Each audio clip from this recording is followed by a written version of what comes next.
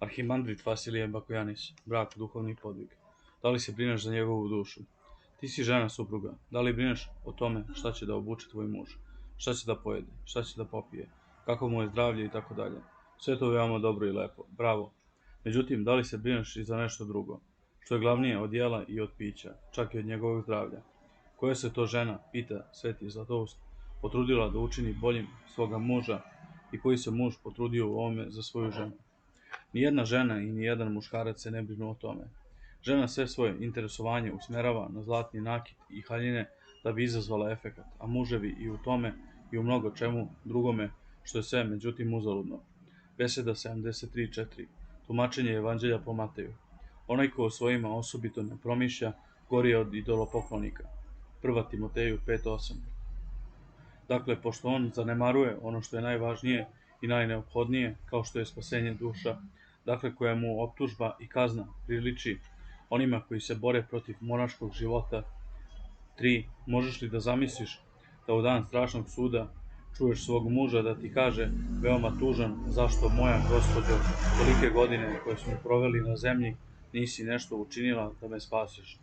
Zašto si pazila samo na svoju dušu? I razljućen izgovorit će ti uvrede i proklinjat će te da neće biti u pravu. A kako da dobre žene izvedu na dobar put svoje muževe? Svojim dobrim primerom, svojim ponašanjem.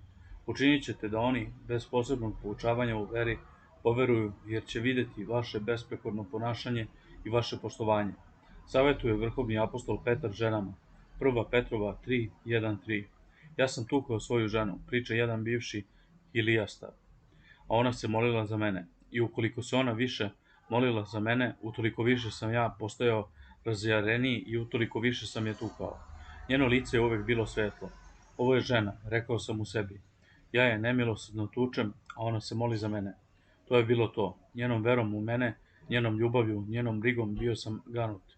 Pokajao sam se, zbog nje sam i ja postao hrišćanin, a drugi su zbog svoje supruge, loše supruge, postali bezbožnici. A kada je žena jednog hinduiste postala hrišćanka, njen muž je počeo da je tuče. Želeo je milom ili silom da je ubedi da se ponovo vrati u hinduizam. A ova njegova žena je na njegovo grubijanstvo odgovarala krotošću, koji je bio rezultat zver. Suprug je bila pripitomljena i on je postao hrišćanin zahvaljujući svojoj ženi. Ne daj da te zlo pobedi, nego pobedi zlo dobrim. Rimljanima 12.21.